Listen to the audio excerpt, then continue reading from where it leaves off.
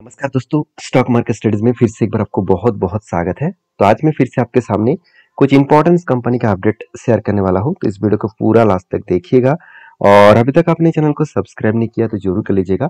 Continuously information और updates पाने के लिए चैनल के ऊपर बने रहिएगा। तो चलो फटाफट देख लेते हैं कौन सा कंपनी है इस वीडियो के अंदर। तो सबसे पहले मैं बात करूंगा बैंक ऑफ महाराष्ट्र के बारे में, क्योंकि इस कंपनी के ऊपर मेरा खुद का एक स्विंग बेसिस में एंट्री है। एक स्विंग ट्रेडिंग में कर चुका हूँ और मतलब ले चुका हूँ। तो किस बेसिस में मैंने एंट्री लिया वो मैं आपके साथ शेयर पहले भी किया था। आज भी मैं कुछ अपडेट्स में आपके साथ शेयर करूंगा, क्योंकि मेरा काम यही है कि किसी भी कंपनी के ऊपर मैं अगर खुद एंट्री लेता हूँ तो मैं तब तक उस कंपनी के ऊपर वीडियो बना रहता हूँ जब तक उस कंपनी प्रॉफिट और लॉसेस ना दे। मतलब हमेशा मैं एक टारगेट एक स्टॉप लॉस लेकर चलता हूँ। देखिए, हमेशा बिजनेस में लॉसेस भी आपको झेलना पड़ता है और प्रॉफिट भी आपको मिलता है। अगर बिजनेस आपका सही तरीके से करना आता है तो कभी कभी आपको इस सिचुएशन के ऊपर गुजरना पड़ता है। तो ऐसे नहीं है कि हमेशा आपको प्रॉफिट होगा, कभी कभी लॉसेस भी होते हैं, मुझे भी लॉसेस होते हैं। तो लॉसेस को मिनिमाइज करके प्रॉफिट अगर ज्यादा करेंगे तो ही आप प्रॉफिटेबल ट्रेडर बन पाएंगे। तो इसके लिए आपको हमेशा कंपनी के ऊपर डीपली रिसर्च करना पड़ेगा। और आप कहेंगे सर मेरे पास तो इतना टाइम नहीं है। तो इसके लिए मेरे वीडियो देखिए, आपको बहुत सारा इन्फॉर्मेशन मिलेगा। आपको दूसरों दूसरे का भी वीडियो देखिए जहाँ पे आपको बहुत सारा इन्फॉर्मेशन मिलेगा। सारे वीडियोस को देखने के बाद आप खुद एक टाइम तैयार करिए। हर दिन के लिए एटलीस्ट 1 घंटा आप टाइम दीजिए, बैक टेस्टिंग करिए, सारी चीज़ों को ऑब्जर्व करिए, तभी आपको पता चलेगा आपको करना क्या है। देखिए, बैंक ऑफ महाराष्ट्र के ऊपर सबसे पहले मैं मेरा ट्रेड दिखाऊंगा। देखिए, मेरा ट्रेड कुछ इस तरीके से लेवल में था, यहाँ पे था करीबन 53 रुपीज के आसपास मेरा ट्रेड था। और 53 रुपये के आसपास ट्रेड मैंने क्यों लिया वो सबसे पहले बता दूं। देखिए, कंपनी एक लंबा सा एक जर्नी के हिसाब से कब बना, और ये आज के जर्नी नहीं है, 2015 से लेकर है। 2015 से लेकर 2023 तक एक बिग जैसे यहाँ पे क्या बना, एक कब बना, एक बिग जैसे कब बना। उसके बाद एक छोटा सा हैंडल पैटर्न किया हुआ। तो कब विद हैंडल पैटर्न बनने के बाद फाइनली क्या हुआ, फाइनली यहाँ पे ब्रेकआउट हुआ। और ब्रेकआउट होने के बाद कंपनी क्या क्या धीरे धीरे करके ऊपर जाने का कोशिश कर रहा है। अभी देखिए, क्वेश्चन ये है कि कंपनी ऊपर तो जा रहा है मगर ऊपर उतना स्ट्रांगली वो ऊपर क्यों नहीं जा पा रहा है। तो बेसिकली देखे तो कंपनी के यहाँ पे प्रीवियस एक स्ट्रांगली क्या है, एक लेवल बन चुके थे। एक स्ट्रांगली यहाँ पे क्या बना था, एक रेजिस्टेंस कम सप्लाई जोन बना था, क्योंकि इसी लेवल से बिग क्रैश हुआ था। तो इसको रेजिस्टेंस कम सप्लाई जोन कहा जाएगा। तो जब इस लेवल को टच करेंगे तब वहां पे ब्रेक करना इतना आसान नहीं होगा। और मजेदार बात आपको बता दूं, जो कैंडल आपको दिख रहा है यहाँ पे ब्रेक हो चुके हैं, यहाँ पे ग्रीन कैंडल आपको देखने को मिला कि ब्रेक हुआ है। तो ब्रेक का डेफिनेशन मुझे लगता है कि कभी कोई भी कैंडल अगर ब्रेक करते इस तरीके से ग्रीन कैंडल के माध्यम से, तो नेक्स्ट कैंडल आपको ग्रीन होना चाहिए और उसके ऊपर क्लोजिंग होना चाहिए, तभी उसको कंफर्मेशन ब्रेकआउट कहा जाता है। तो आप कहेंगे सर क्या ऐसे करेक्शन हो सकता है। देखिए देखिए, पहले भी यहाँ पे देखिए एक ब्रेकआउट हुआ था और क्या हुआ, करेक्शन हुआ, फिर से रिकवरी किया, उसी तरीके से करेक्शन होगा फिर से रिकवरी होगा। क्योंकि एक चीज को नोटिस करना, यहाँ पे जो लो था उसके बाद नेक्स्ट लो यहाँ पे बना, उसके बाद नेक्स्ट लो यहाँ पे बनेगा। मतलब एक जो लो बनेगा वो लो का रेंज ऑब्वियसली हायर लो का रेंज है। मतलब एक हायर साइड का लो बन रहा है, मतलब एक पॉसिबिलिटी ज्यादा है कि कंपनी लगातार हाई करते करते वो आगे बढ़ेंगे। तो अभी देखिए कितना टाइम लगेगा वो तो पता नहीं, मगर मैं जो टारगेट लेकर चल रहा हूँ वो 95 रुपीज के आसपास जो कंपनी के टारगेट निकल कर आ रहा है, करीबन करीबन 82%। 82% कोई छोटा मोटा टारगेट नहीं है। और कंपनी के जो लाइफ टाइम हाई है वो इसी लेवल के आसपास है, 95 के आसपास है। मतलब 95 का जो लेवल है वो लाइफ टाइम हाई है और मेरा टारगेट जो है 94 के आसपास है। देखिए, मैं आपको पहले भी बोल चुका हूँ, मैं कभी भी किसी कंपनी के ऊपर आपको बाय सेल का रिकमेंडेशन कभी नहीं करता हूँ। मेरा काम है आपको सारी चीजों को मेरे स्टडीज के हिसाब से, मेरे एनालिसिस के हिसाब से आपको साथ शेयर करना। देखिए, मेरे एनालिसिस 100% आपको अच्छा लगेगा ऐसे होगा नहीं, क्योंकि हर किसी का ऐसे होता तो हर यूट्यूबर के वीडियोस के नीचे कुछ नेगेटिव कमेंट नहीं आते। देखिए, कुछ लोग तो नेगेटिव कमेंट्स करने के लिए ही तैयार है। उस लोगों को लगता है वो सभी जानते हैं। मैं ये नहीं कहूँगा मैं सब जानता हूँ, मैं बहुत छोटा सा एक ट्रेडर हूँ। बहुत मतलब बड़ा ट्रेडर बनने के लिए बहुत सारा नॉलेज गैदरिंग करना पड़ता है। इसके लिए मैं कंटिन्यूसली स्टडी भी करता हूँ, तो आप भी कंटिन्यूसली स्टडी करिए, उसके बाद काम करिए। हाँ, अगर मेरे इस चैनल के माध्यम से अगर कुछ आपको नया सीखने को मिला है तो जरूर चैनल को सब्सक्राइब करिए और मेरे साथ कंटिन्यू करिए।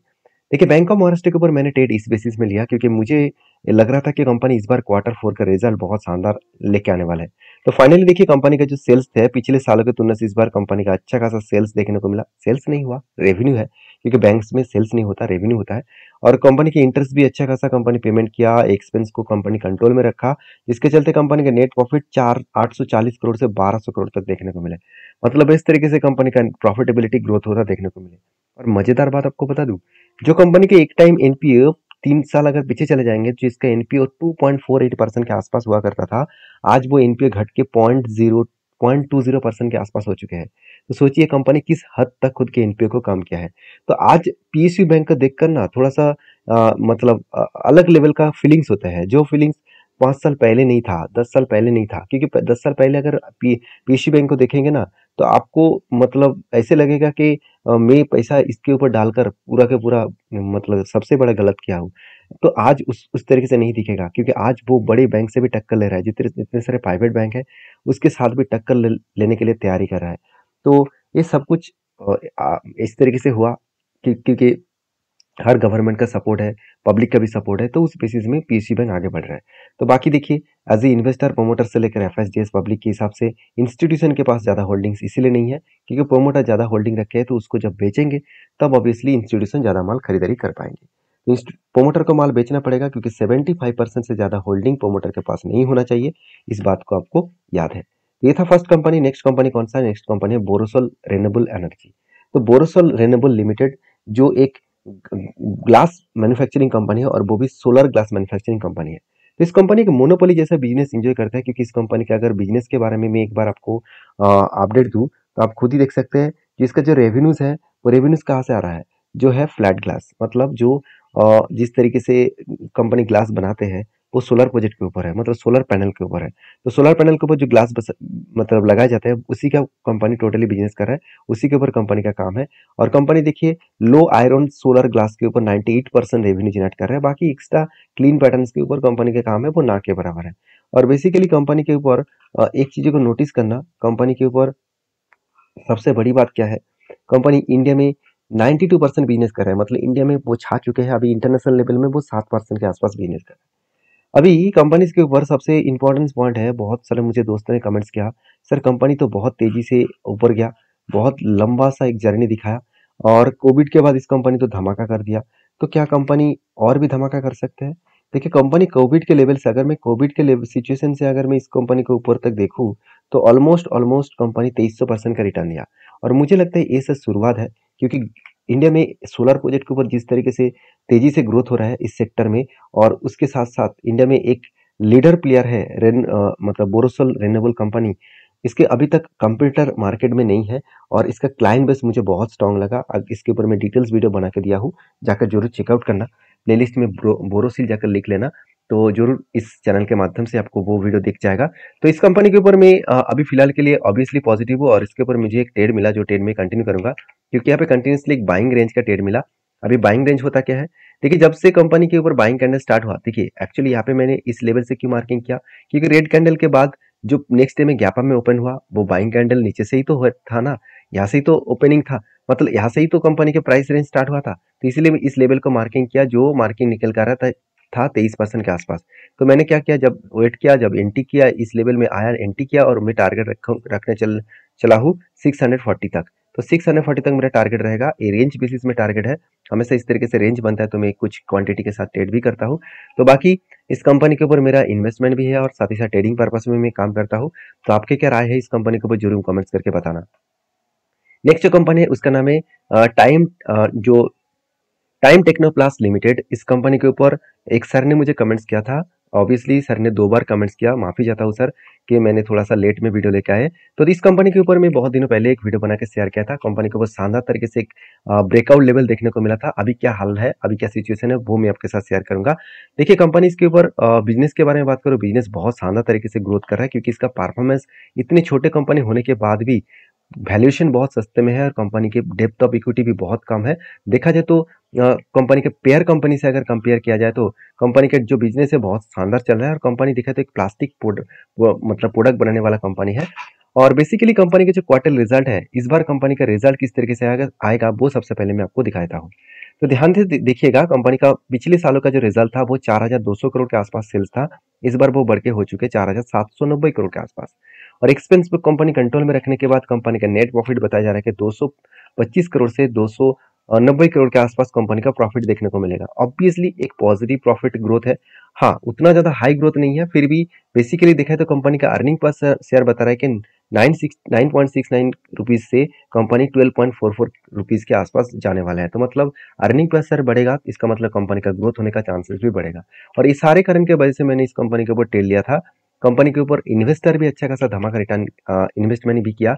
हाँ, मैं जरूर कहूंगा हाई रिक्सी कंपनी है, क्योंकि small cap mid cap type company रिक्सी कंपनी होते हैं। देखिए, रिक्स ना लेने से कुछ फायदा नहीं होगा। मैं आपको एक चीज हमेशा बोलता हूँ कि अगर मार्केट में आप थोड़ा सा भी रिक्स लेना शुरू करें तो आपको अच्छा फीडबैक दिखेगा। हाँ, इसका मतलब ये नहीं कि आप पेनी स्टॉक के ऊपर निवेश कर दे। इसका मतलब ये नहीं कि आप जो कंपनी खत्म हो चुके हैं, बंद होने वाले हैं, उसके ऊपर निवेश कर रहे हैं। 2-3 रुपये का शेयर है, 50 पैसे का शेयर है, ऐसे मत करिए। आप हमेशा फंडामेंटल स्ट्रांगली कंपनी के ऊपर काम करिए, जहाँ पे आपको एक एक क्लियरिटी तो मिलेगा कि हाँ, मैं जिस कंपनी के ऊपर निवेश किया हूँ उसके प्रॉफिट होने का चांसेस ज्यादा है। चांसेस है, कोई 100% गारंटी नहीं है, मगर चांसेस है। तो बेसिकली इस कंपनी के ऊपर जो टेक्निकली चार्ट पैटर्न है वो मैं आपके साथ शेयर करूंगा। बहुत दिनों के बाद कंपनी के ऊपर एक पैटर्न बना था। 2018 से लेकर कंपनी के ऊपर एक कप बना, बिग जैसे कप बना। कंपनी अच्छा खासा यहाँ पे रिकवरी किया। देखिए, जब कंपनी इस तरीके से रिकवरी करता है ना, तो एक चीजों को याद रखना, कंपनी में कुछ ना कुछ तो पॉजिटिविटी है कि इतना बड़ा रिकवरी कंपनी किया। रिकवरी आपको शायद छोटा लग रहा है, कंपनी टॉप लेवल से ग्राउंड लेवल तक देखूं तो ऑलमोस्ट 90% क्रैश हो गया था। 90%। एक बार सोचिएगा, 90% क्रैश होने वाला कंपनी अगर फिर से रिकवरी करे, इस तरीके से बाउंस बैक करे, क्या उस कंपनी में दम नहीं है? तो मुझे लगता है बेस्ट तरीके से सिचुएशन के हिसाब से आगे बढ़ा। और फाइनली देखिए, ब्रेकआउट हुआ, ब्रेकआउट कंफर्मेशन भी हुआ, और कंपनी देखिए धीरे धीरे करके आगे बढ़ा है। तो मैं इस कंपनी के ऊपर जो मेरा जो टारगेट यहाँ पे देखने को मिला वो करीबन करीबन 443 रुपीज के आसपास। देखिए, ये टारगेट मैं आपको नहीं दे रहा हूँ, हमेशा मैं सारी चीज़ों को सिखाने के लिए आपके साथ शेयर कर रहा हूँ। तो जो सर ने मुझे कमेंट्स किया उसके लिए मैं रिक्वेस्ट करूंगा, सर प्लीज़ इस कंपनी के ऊपर आप एक बार वेरीफाई करके काम करिए, क्योंकि मैं कोई सेबी रजिस्टर्ड पर्सन नहीं हूँ कि मैं आपको बाय सेल का रिकमेंड कर पाऊँ। मेरा काम है सारे इन्फॉर्मेशन आपके साथ शेयर करना, आपका काम है सारे इन्फॉर्मेशन को वेरीफाई करके काम करना। तो नेक्स्ट जो कंपनी है उसके बारे में चर्चा करूँ, उसका नाम नाम है भारत डायनामिक लिमिटेड। देखिए, 24 मई कंपनी अनाउंसमेंट कर चुके हैं कि खुद का 10 का फेस वैल्यू को 5 रुपए करने वाले हैं, मतलब हर एक के बदले कंपनी 2 शेयर देने वाला है। तो एक्स्ट्रा बेनिफिट कंपनी आपको जल्द से जल्द देने वाला है, क्योंकि कंपनी बहुत बड़ा धमाका करने के बाद फाइनली बोर्ड ने एक बहुत बड़ा अपडेट दिया। क्योंकि 5 साल के चार्ट पैटर्न देखेंगे तो शानदार तरीके से रैली होने के बाद कंपनी के ऊपर एक बहुत बड़ा अपडेट बहुत दिनों के बाद आया स्प्लिट का। तो भारत डायनामिक लिमिटेड के ऊपर जितने सारे दोस्तों का निवेश है, तो उसके लिए गुड न्यूज़ है।